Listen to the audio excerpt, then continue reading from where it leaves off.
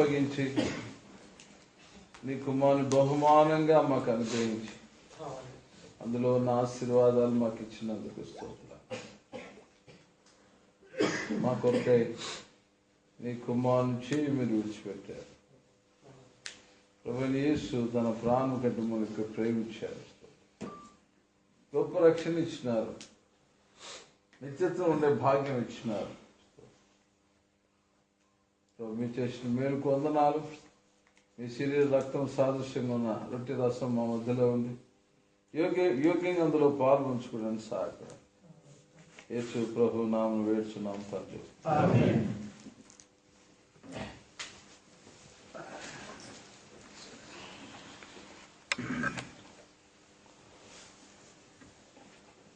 మొదటి కొరింథీ రాసిన పత్రిక 11వ అధ్యాయము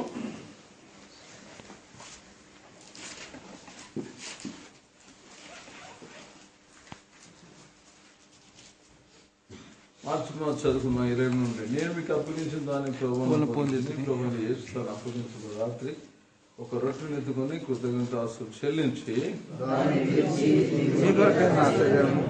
జ్ఞాపకం చేసుకుంటే దీన్ని చేయండి అని చెప్పాను. ఆ ప్రకారమే భోజనం పిమ్మట ఆయన పాత్ర ఎత్తుకొని ఈ పాత్ర నా రక్తం కృతజ్ఞత మీరు దీనిలో త్రాగున్నప్పుడు వల్ల నన్ను జ్ఞాపకం చేసుకుంటే దీన్ని చేయడం చెప్పాను.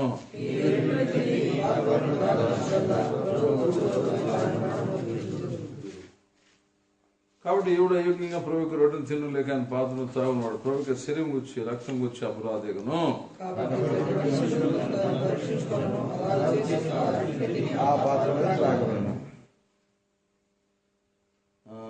ఎన్నో వచనము 29. ప్రభు శరీరం వివేచింపగా తింటావాడు తన శిక్ష దగ్గర వెళ్ళి తింటా వచ్చున్నాడు. ఇందువల్లనే అనేకులు బలహీన రోగులు ఉన్నారు, చాలా మంది. అయితే మనం విమర్శించుకునే తీరు పొందగా కాబట్టి ప్రభు వారు ప్రతి ఆదివారం కూడా మనకి ఎందుకు ఈ పరీక్షలు పెట్టాడంటే, పరీక్ష అనేటువంటిది ఎందుకు పెడతా ఉన్నాడంటే, మామూలుగా చూడండి మన ప్రాంతంలో మరి 5వ తరగతి పరీక్ష పాస్ అయితేనే చెప్పండి 6 పోతారు, 6 పరీక్ష పాస్ అయితే 7, 10 పాస్ అయితే ఇంటర్మీడియట్ +2 అట్లా పోతాం. అంటే ప్రతి పరీక్ష తర్వాత ఒక ఉన్నతమైన స్థితిలోకి వెళ్తా ఉంటాం. పరీక్ష అనేది మనను దైవికంగా అభివృద్ధి పరిచేటువంటిది.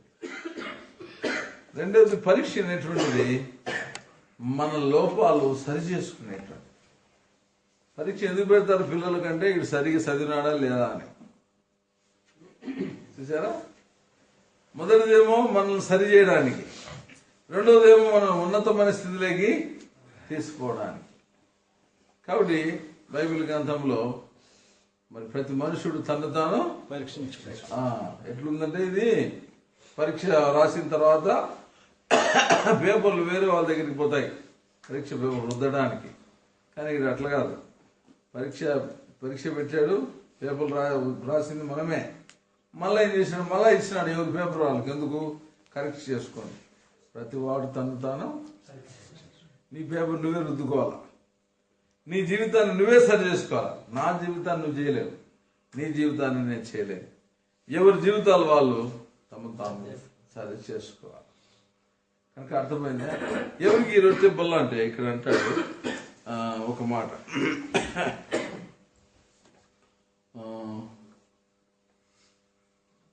26వ వచనం. మీరు ఈ రొట్టెను తిని ఈ పాత్రలో త్రాగునప్పుడెల్లా ప్రభు వచ్చే వరకు ఆయన మరణంను ప్రచురించెదరు. ఈ రొట్టె రసం ఎవరికి వస్తుందంటే ప్రభు సువార్త ప్రకటించే వాళ్ళకు మొట్టమొదట. ఇప్పుడు ఆహారం తీసుకున్నావు, నా శరీరం నిజమైన ఆహారము అని ప్రభు చెప్పినాడు. నిత్య జీవం కొరకే దీన్ని చేయండి అన్నాడు ప్రభువే. కాబట్టి ఆహారం తీసుకున్న తర్వాత మనకు తెలిసి ఇంకా ఎక్కడుండే మీరు ఆహారం తీసుకున్న తర్వాత ఎవరైనా పని చేస్తాం. ఎందుకు ఆహారం తీసుకునేది? పని చేయడానికి. అదే సంగతి. కాబట్టి ఆహారం తీసుకుంటే ఆ చికెన్ బిర్యానీ మటన్ బిర్యానీ తీసుకుంటే ఆ పని చేయడానికి.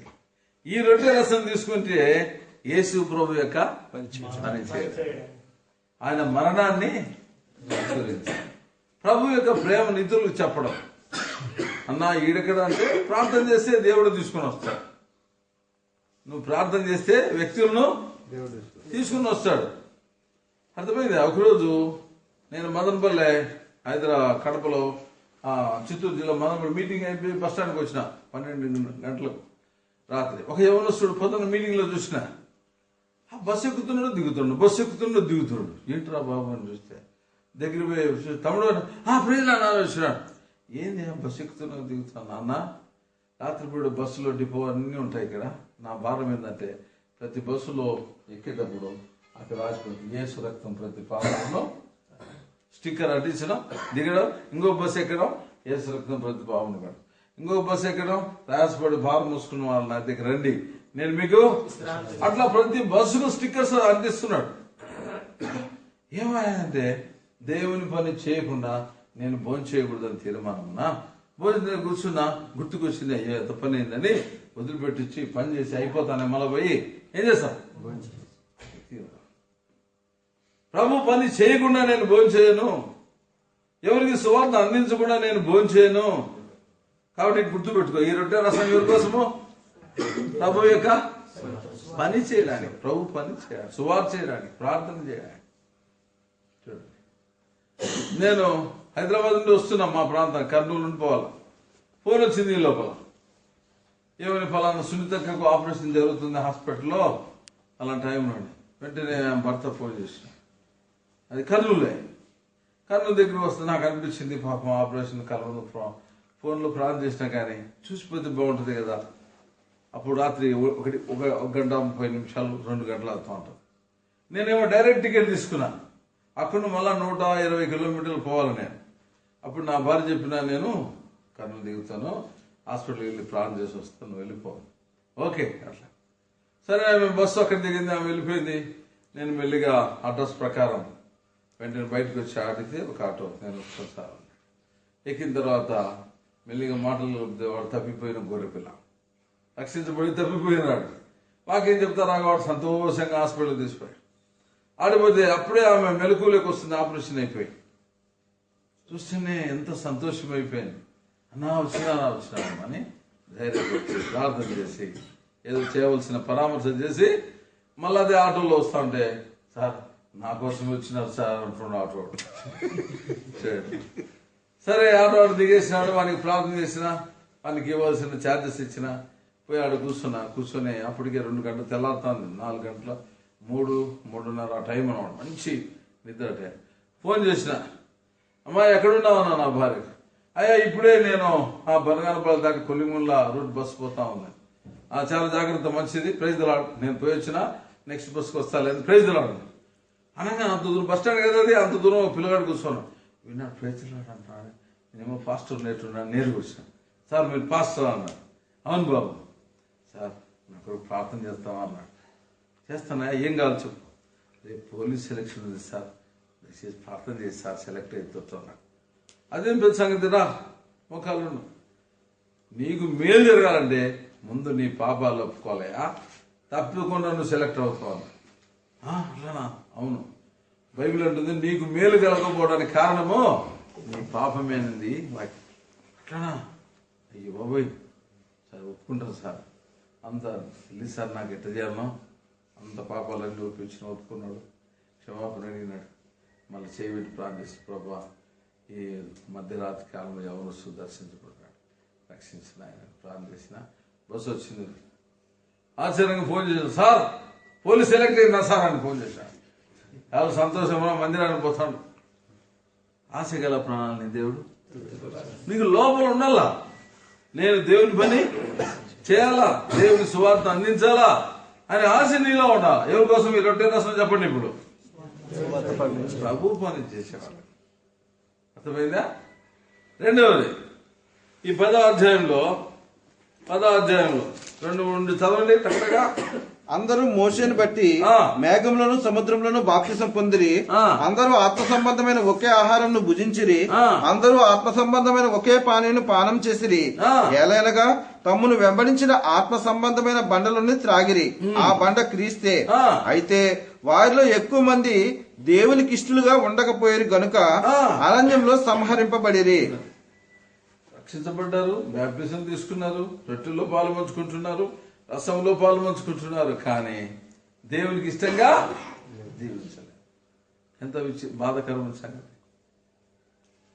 రక్షించబడిన బాప్టిజం తీసుకున్నాం, ఈ రొట్టెల రసంలో పాలు పంచుకునేది ఎందుకోసం అంటే, ప్రభువా నీ కొరకే జీవిస్తాను, ప్రభు నీ వాడను, నీవు నా ప్రభుడవని నీ కొరకే జీవించును, మిగిలిన జీవితమును నీ కొరకే గడిపెదను, మిగిలిన జీవితమును నీ కొరకే గడిపెదను, ప్రభు నీ వాడను, నీ కొరకే, నీ కొరకే. ఇశ్రాయేలు ప్రజలు ఫరో అధికారులు బయటకు వచ్చినారు, సముద్రంలో బాప్తిసం తీసుకున్నారు, ఆత్మీయ ఆహారం ఆత్మీయ పానం తీసుకున్నారు, కానీ దేవునికి ఇష్టంగా జీవించలేదు. ఆ కారణం చేత అరణ్యంలో ఏమైపోయినారు? ఈ అరణ్యం జాగ్రత్త, ఇది అరణ్యమే, ఈ ప్రాంతమే బైబిల్ చరిత్ర అంతా జరిగింది. గుర్తుపెట్టుకోండి, దేవునికి ఇష్టంగా జీవిస్తున్నావా లేదా? నీ భార్య ఇష్టం కాదు, నీ ఇష్టం కాదు, నీ పిల్లల ఇష్టం కాదు. అర్థమైందా? ఎన్నో సంగతులు ఉన్నాయి. శాంసన్ నాకు ఇష్టమైంది ఆ అమ్మాయిని చేసుకుంటా అన్నాడు. చూడ ఎట్లుంది, చూసావా? నాకు ఇష్టమైంది అన్నాడు, వద్దు నాయనా ఇంట్లే, తన ఇష్టాన్ని నెరవేర్చుకున్నాడు, మరణాన్ని కొని తెచ్చుకున్నాడు. గుర్తుపెట్టుకో, నీ ఇష్టాన్ని నువ్వు చేయడానికి పూనుకున్నావా? దేవునికి ఇష్టం లేని సంగతులు చేయడానికి పూనుకున్నావా? తప్పకుండా నువ్వు మరణాన్ని ఆహ్వానిస్తూ ఉన్నావు అని అర్థం. జాగ్రత్త. ఈ బల్ల ఏం చూపిస్తుంది మనకంటే, అయ్యా నా ఇష్టం కాదు, నీ ఇష్టమే. యేసు ప్రభువుడు ఏమన్నాడు? ఆ రాత్రి సిలువకు అప్పగించబడే రాత్రి, సమయభావం బట్టి పోతున్నాను నేను త్వరగా. ఏమన్నాడు యేసు ప్రభు? తండ్రి నీ చిత్తమైతే ఈ గిన్నె నా నుండి తీసే. లాస్ట్ గా ఉన్నాడు, నీ చిత్తం కాదు. ఎందుకు అన్నాడంటే, రాత్రి ఆ ప్రార్థనలో ఆయన మోసే సిలువ, ఆయన పొందిన అవమానం, ఆయన పొందే శిక్ష, ఆయన ఈడ్చుకుపోవడం, కొడుతూ ఉండడం, ఆయన బాధించడం, ఇదంతా కూడా కనబడింది ప్రభుకు. దాన్ని బట్టి అన్నాడు ప్రభు, అయ్యా నీకు ఇష్టం అయితే తీసేయండి. మళ్ళీ అన్నాడు, నా ఇష్టం కానే కాదు, నీ ఇష్టం. యేసు ప్రభు భూలోకమునంత వరకు తండ్రి ఇష్టాన్ని నెరవేర్చినాడు.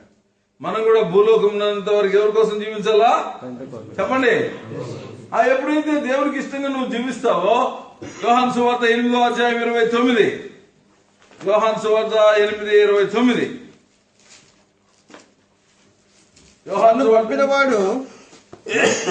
పంపినవాడు నాకు తోడై ఉన్నాడు, ఆయనకి ఇష్టమైన కార్యం నేను ఎల్లప్పుడూ చేదును కనుక ఆయన నన్ను ఒంటరిగా విడిచిపెట్టలేదని చెప్పాను. చూసావా? దేవునికి ఇష్టమైన కార్యం ఎప్పుడైతే చేస్తావో ఆయన నిన్ను ఒంటరిగా విడిచిపెట్ట. ఎక్కడన్నా ఉండు, అరణ్యంలో ఉండు, ఇంకెవరన్నా ఉండు, దేవుడు నీకు తోడండి. ఎక్కడన్నా ఉండు, దేవుడు నీకు తోడై నిన్ను నడిపిస్తాడు. ఎప్పుడు జరగారు? ఆయనకి ఇష్టంగా నువ్వు జీవించినప్పుడు. అంటాడు కదా, ఆయనకి ఇష్టమైంది నేను చేస్తాను, ఆయన నన్ను ఒంటరిగా విడిచిపెట్టాడు. అంతేకాదు, ఎప్పుడు దేవునికి ఇష్టమైంది చేస్తావో నీకు ఇష్టమైంది కూడా దేవుడు చేస్తాడు. అదే ప్రభు అంటున్నాడు చూడండి అన్నమాట. యోహాను సువార్త 11వ అధ్యాయం,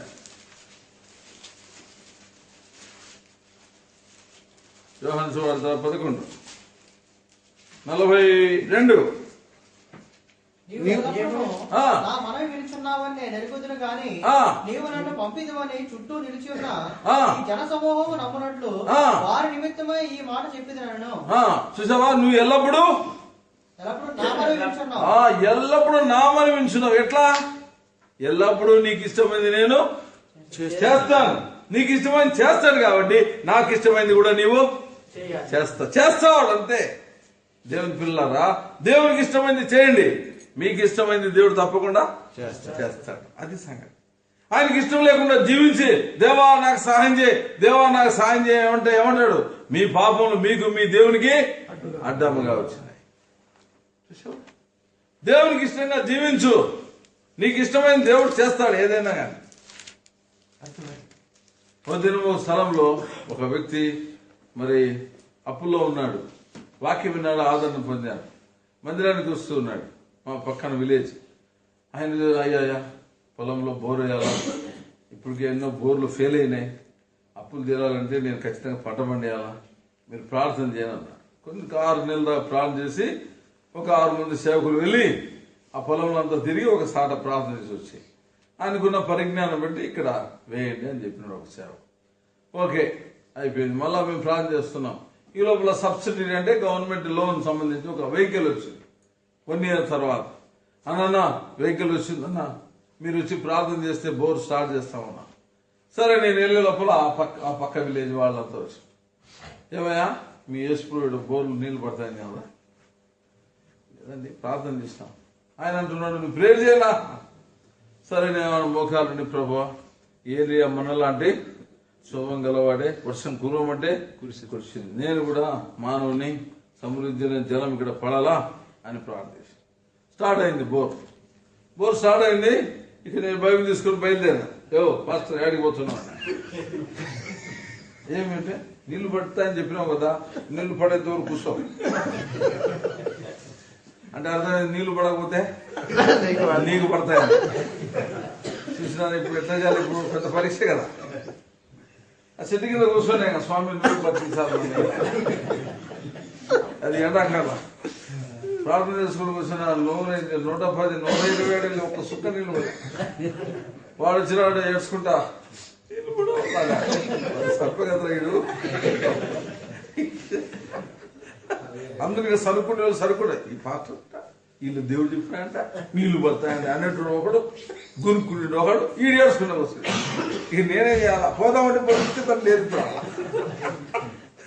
పైన చూసిన యాప చెట్టు పైన చూస్తే అంత చిన్న మేఘం కనపడింది. నాకు నమ్మకం ఏర్పడింది. ఏరియా కూడా ఇట్లా కనపడింది, నాకు ఇదే కనపడింది. ప్రభావం ఇస్తా వేరే ఇంకొక బిట్టు తిరుగుతుంది. అద్భుతంగా కింద బండ రోలు బాగా సౌండ్ వస్తాను.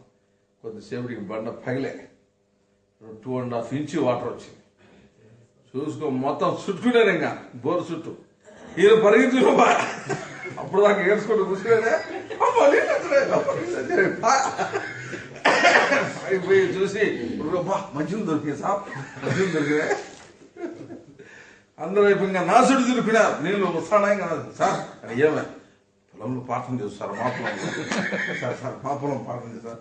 ఆయన 1 సంవత్సరం వచ్చినాడు పాపం చేసిన, మీరు 1 సంవత్సరం చర్చికి రాకుండా. ఎందుకు చెప్తున్నాను, ఎప్పుడైతే దేవునికి ఇష్టమైనది నువ్వు చేస్తావో నీకు ఇష్టమైనది దేవుడు చేస్తాడు. అది గుర్తుపెట్టు. దేవునికి ఇష్టంగా నువ్వు జీవించినప్పుడు నీకు ఇష్టమైనది దేవుడు తప్పకుండా చేస్తాడు. దేవునికి గుర్తుపెట్టుకో. కనుక దేవునికి ఏమి ఇష్టం? ఇప్పుడు రెండో అంశంలోకి వస్తున్నా. దేవునికి ఇష్టమేది? దుర్మార్గుడు తన దుర్మార్గతలో నశించుట ఇష్టం లేదు. నీవు నీ పాపం నుండి చనిపోవడం దేవునికి ఇష్టం లేదు. చూడండి, యేసు ప్రభు భూలోకములకు ఎందుకు వచ్చినాడు, ఎందుకు పుట్టాడు ఆయన అంటే అపోస్తుల కార్యం. యేసు ప్రభు ఎందుకు పంపించాడు తండ్రి అనేది ఎన్నో అంశాలు ఉన్నాయి. ఇప్పుడు కొన్ని మాటలే. ప్రభువైన యేసుక్రీస్తు వారు తండ్రి దేవుడు తన కుమారుని యేసు ప్రభువును పంపించిన ఉద్దేశం 3వ అధ్యాయం 26వ వచనం. 3:26 దేవుడు తన సేవకుని పుట్టించి మీలో ప్రతి వాణిని వాని దుష్టత్వం నుండి మళ్లించుట వల్ల మిమ్మల్ని ఆశీర్వదించుటకు ఆయన మొదట మీ యొద్దకు పంపేనని చెప్పాను. 2 సంగతులు ఉన్నాయి. ప్రతి వాణిని వాని దుష్టత్వం నుండి మళ్లించుటకు, మొట్టమొదట నీ పాపం నుండి నిన్ను విడిపించడానికి వచ్చినాడు. రెండవది అది అంటే నీకు ఆశీర్వాదం కావాలంటే ముందేం కావాలా? అక్కడే ఉంది కదా. అది దుష్టత్వం నుండి విడుదల పొందితే నెక్స్ట్ వచ్చేది ఆశీర్వాదం కావాలంటే ఏం కావాలా? దుష్టత్వం అంటే ఆశీర్వాదం కావాలంటే పాపం నుండి విడుదల పొందాలి. అర్థమైందా? పాపం నుండి విడుదల పొందితే తప్పకుండా దేవుడు నిన్ను ఆశీర్వదిస్తాడు.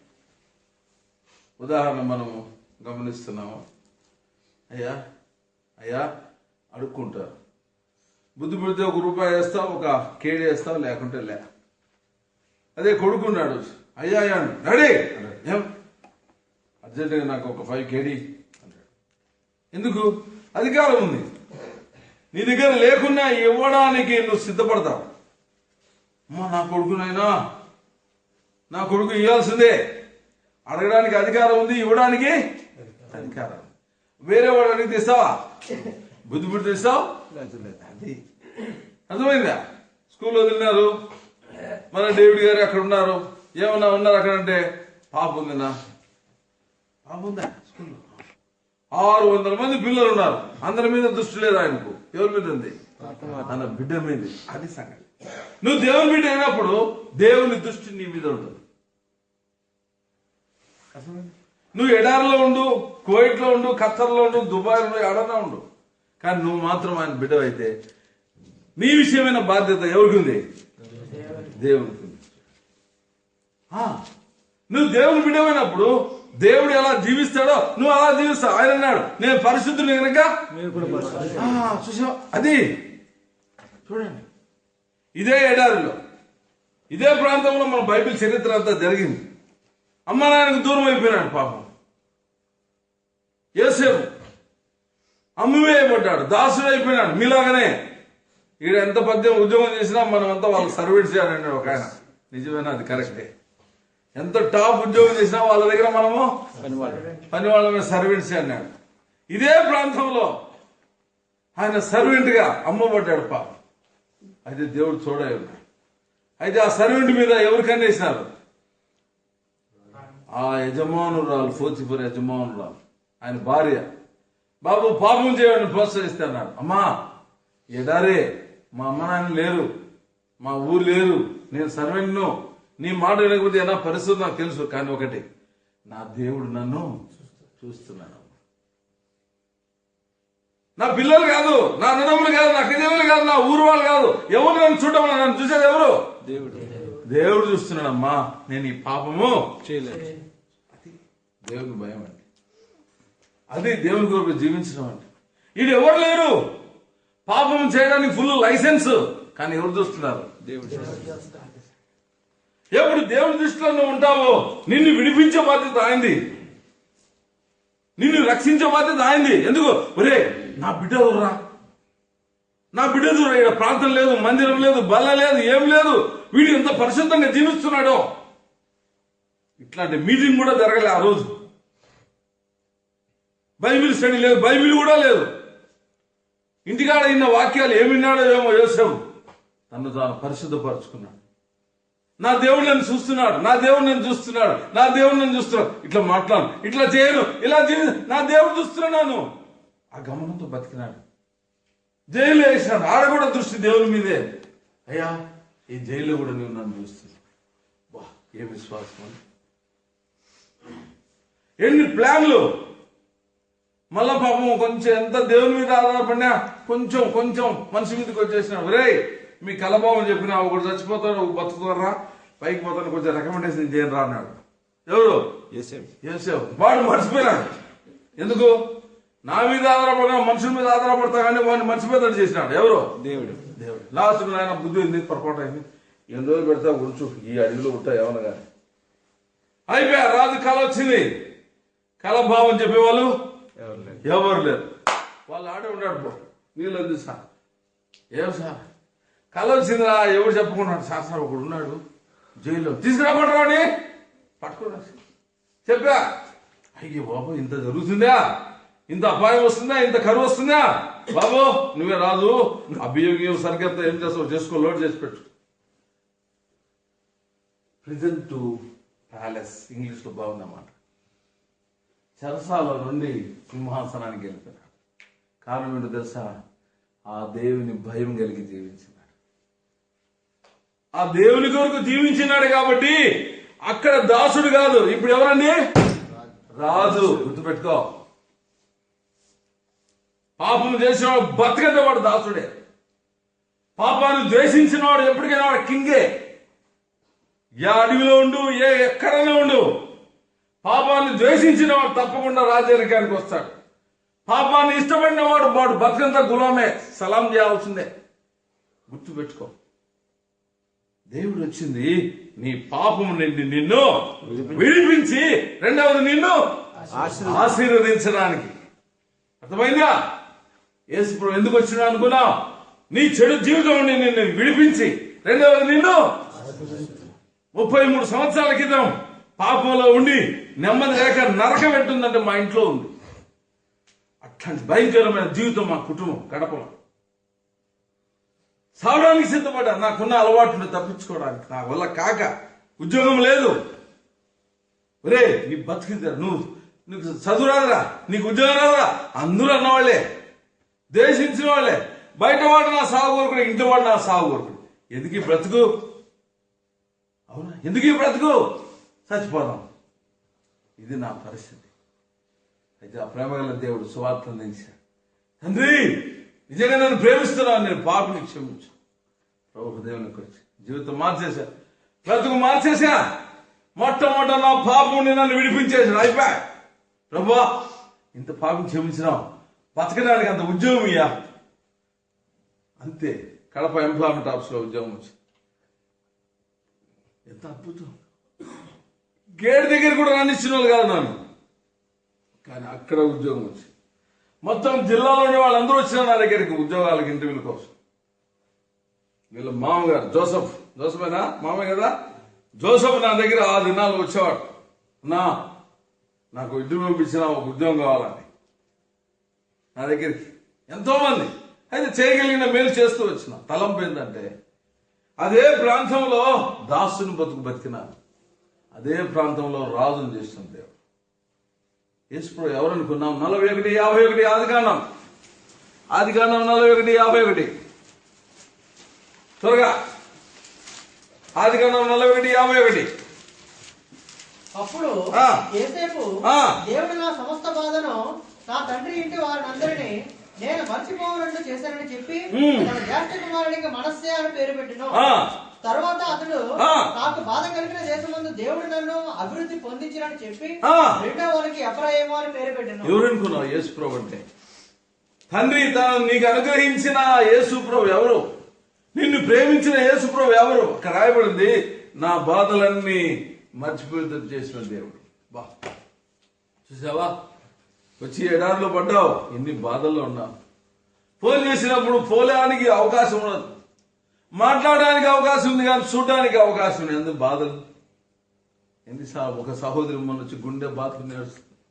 అయ్యో ఇంటికాడ నా బిడ్డ పరిస్థితి ఉంది, ఒక ఆయన నన్ను మోసం చేసినా నాకు హామీ లేదు, అయ్యా నీ ఏడుస్తుంది, గుండె బాధకుని ఏడుస్తుంది. పాప ఏం చేయగలను నేను? మా దేవుడు నీకు మేలు చేస్తాడని ప్రార్థించి పంపిస్తున్నా. అయితే లక్ష్మి. ఇంకొక ఏమన్నా చూసిన, అయ్యా పరిస్థితి అయ్యా దారుణం ఉందయ్యా, నేను మోసపోయినాను ఇక్కడ. ఒక ఆయన ఇచ్చాడు, మా అక్క జైల్లో పడిపోయిందయ్యా, ఏడుస్తాను. ఏం చేయాలి నేను? ప్రార్థన చేస్తూ వచ్చి. అవును, యేసు ప్రభు వచ్చింది. ఎవరు? యేసు ప్రభు వచ్చింది ఎందుకు? నీ బాధలన్నీ తీసివేయడానికి. ఏ బాధల్లో ఉన్నావు, ఏ కష్టంలో ఉన్నావు, ఏ శ్రమలో, ఏ నిందలో ఉన్నావు, నీ బాధలని తొలగించాను. రెండోది, ఎక్కడ నీకు బాధ కలిగిందో, ఎక్కడ నేను అవమానించినారో, ఎక్కడ తునీకరించినారో గుర్తుపెట్టుకో. ఒరే నువ్వు పనికిరావురా, ఒరే నీకు చదువు రాదురా, ఒరే నీ బతికింతే, నీ కుటుంబం ఇంతే, నీ పిల్లలు ఇంతే, ఎవరు నిందిస్తున్నారో, ఎవరు ద్వేషిస్తున్నారో, ఎవరు తునికరంగా మాట్లాడుతున్నారో అక్కడ నిన్ను అభివృద్ధి పరిచేది. సహోదరుడా, దేవుని బిడ్డలారా, యేసు ప్రభు ఎవరనుకున్నావు? నీ బాధలన్నీ తొలగించి బాధ కలిగిన దేశంలో నిన్నేం చేస్తాడంట? అభివృద్ధి చేస్తాడు. చూడు ఎంత అద్భుతమైన సంగతి. అదే కడపలో ఎన్ని అవమానాలు, ఎన్ని తునిగారాలు, అదే స్థలంలో దేవుడు ఉన్నతమైన స్థితిలోకి తీసుకున్నాడు. ఈరోజు ప్రభు పిలిచినాడు, సేవకు వచ్చినా ఏం తక్కువ చేయలే. ఇండియాలో నలుమూల ప్రాంతాలు తిరుగుతున్నాను. దేవుడు చూసిన ఆకాశం నుండి కోయిట్ కూడా తీసుకుని వచ్చినాడు. నేను అనుకోలే వస్తానండి, నేను ఊహించలే, తలంతలే వస్తానని ఇడికి. 2 సంవత్సరాల నుండి నా ఆత్మీయ కుమారుడు ప్రార్థన చేస్తున్నాడు. ప్రభు అంకులు తీసుకురావాల పరిచయం, అంకులు తీసుకురావాల పరిచయం. సమయం వచ్చింది, సంఘానికి భారం ఇచ్చినాడు దేవుడు. తీసుకుని తలపోయింది. దుష్టత్వం నుండి మరల్చి వాళ్ళని ఏం చేయాలా? ఆశీర్వదించాలి. అది అర్థమైంది. నీ బాధలన్నీ తొలగించే దేవుడు యేసు ప్రభు. అంతేనా? నీకు ఎక్కడ బాధ కలిగింది, ఎక్కడ అవమానం వచ్చింది, ఎక్కడ తునిగారం వచ్చిందో అక్కడ ఏం చేస్తాడు? నిన్ను చూసారా? హనుమంతు రాసే పాట, బాధలలో నున్న నన్ను మరిపించినావు దేవా, బాధలలో నున్న నన్ను మరిపించినావు దేవా, బాధ కలిగిన దేశమందు అభివృద్ధినిచ్చినావు.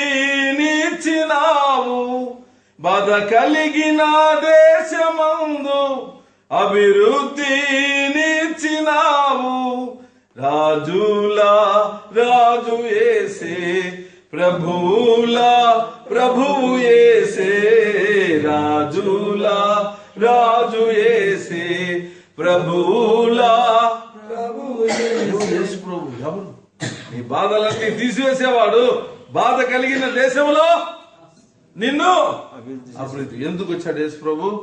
ప్రతి వాణిని వాని దుష్టత్వం నుండి విడిపించడానికి.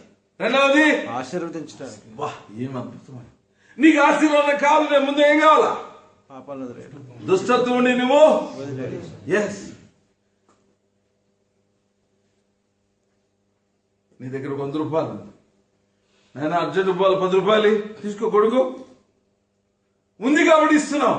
నీకే ఆశీర్వాదం లేదు, నీ పిల్లలకి ఏమిస్తావు? నీకే ఆశీర్వాదం లేదు, నీ భార్యకి ఏమిస్తావు? నీకే ఆశీర్వాదం లేదు, నీ గ్రామానికి ఏమిస్తావు? నీకే ఆశీర్వాదం లేదు, నీ కుటుంబానికి ఏమిస్తావు? దేవుని ప్రణాళిక ఏందో తెలుసా? దేవుని ప్రణాళిక ఏం తెలుసా? ఆదికాండం 12:3 త్వరగా. ఆదికాండం 12:3. ఆదికాండం 12:3. నిన్ను ఆశీర్వదించే వారిని ఆశీర్వదిస్తా. నిన్ను దూషించే వారిని శపించెదను. భూమి యొక్క సమస్త వంశములు, ఇదిగో ఈ భూమి యొక్క సమస్త వంశములు నీ యందు ఆశీర్వదించబడును. బాబా, ఏం మాటండి. నీ చదువు లేకపోయినా, ఉద్యోగం లేకపోయినా, పేదవాడిమైనా, దరిద్రుడైనా, అప్పుల్లో ఉన్నా, పంట లేకపోయినా, ఉద్యోగం లేకపోయినా, అధికారం లేకపోయినా, నీకు ఏమి లేకపో, దేవుడు అంటున్నాడు ఈ భూలోకంలోని సమస్త వంశములు నీ మూలముగా ఆశీర్వదిస్తారు. నా మాట కాదు ఇది, దేవుని హృదయంలో నీ విషయం ఉన్నటువంటి ఆలోచన. నువ్వెవరైనా కావచ్చు. ఈ లోకాన్ని నేను దీవిస్తా. నిన్ను దీవించడే కాదు, నీ భార్యను దీవిస్తా, నీ పిల్లల్ని దీవిస్తా, నీ గ్రామాన్ని దీవిస్తా, ఈ లోకాన్ని దీవిస్తా.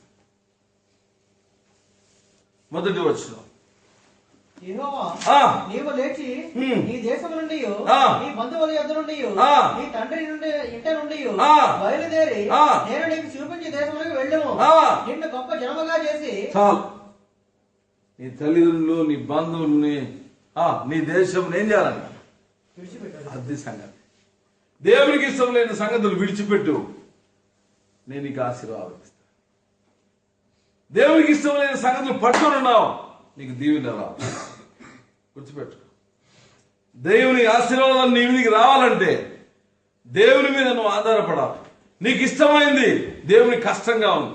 దేవునికి కష్టంగా ఉండేది నీకు ఇష్టంగా ఉంది. నీకు ఇష్టంగా ఉన్నా అది దేవునికి ఇష్టం లేదు కాబట్టి ఏం చేయాలా? విడిచిపెట్టాలి. అప్పుడు నీవు దీవించబడతావు, నీ పిల్లలు దీవించబడుతుంది, నీ దేశం దీవించబడుతుంది, నువ్వు ఉన్న ప్రాంతం దీవించు.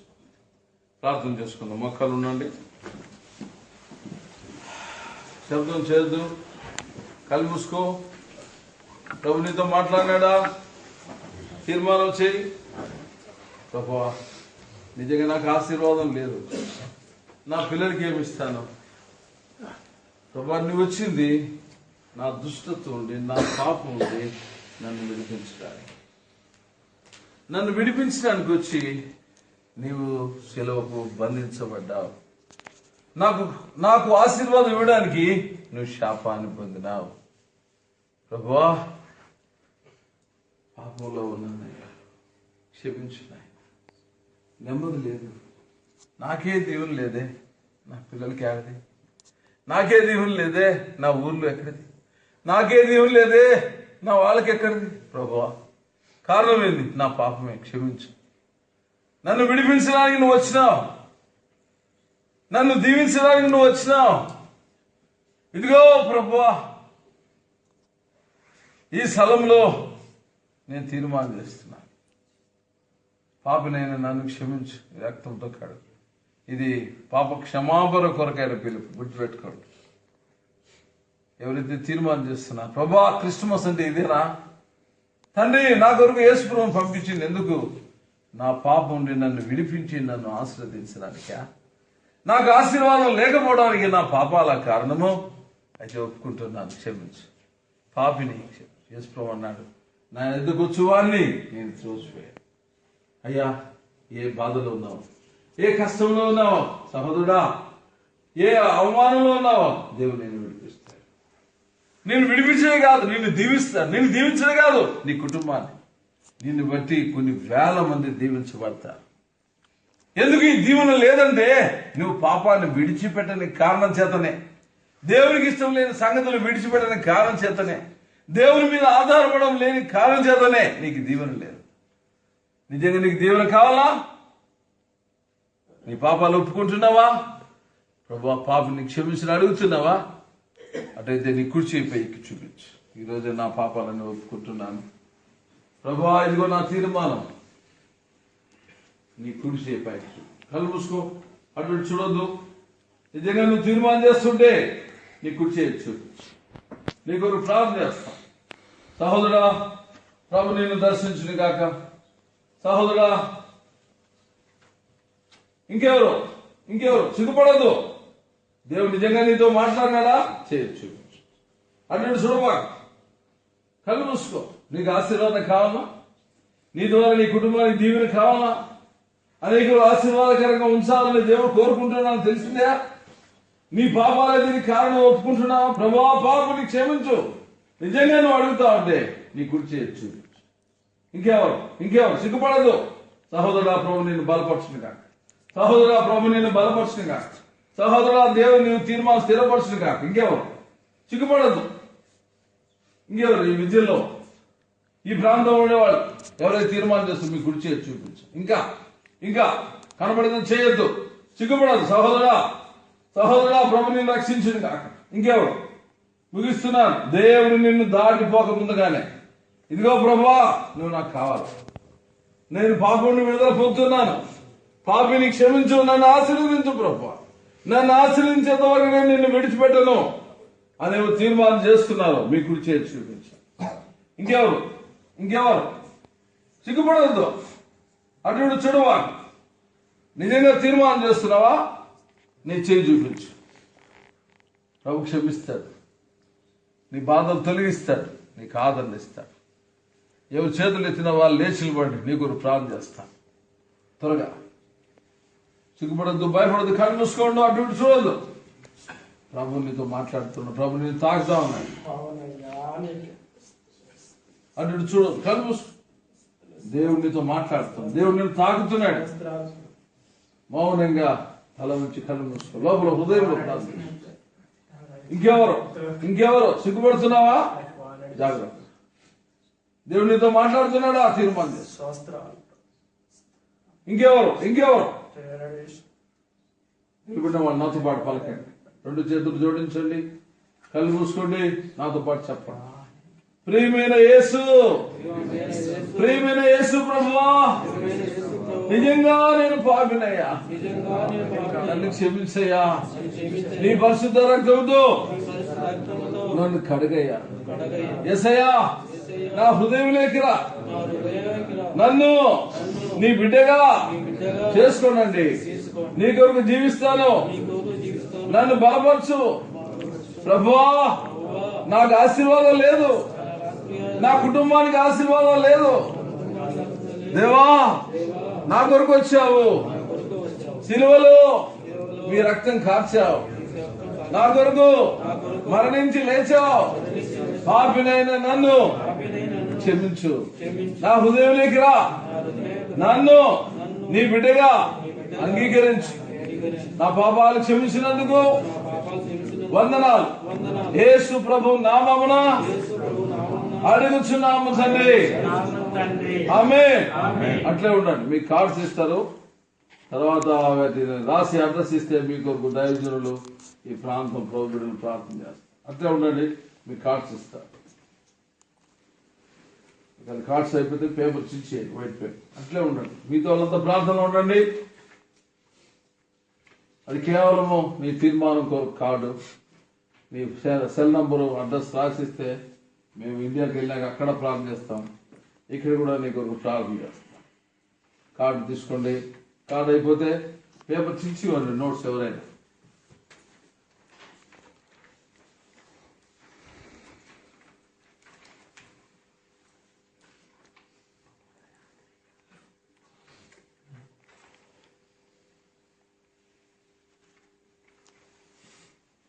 ప్రార్థన చేస్తాను. పరిశుద్ధుడా, లేచి నిలబడి చేసిన తీర్మానం చేసిన బిడ్డలు దీవించము.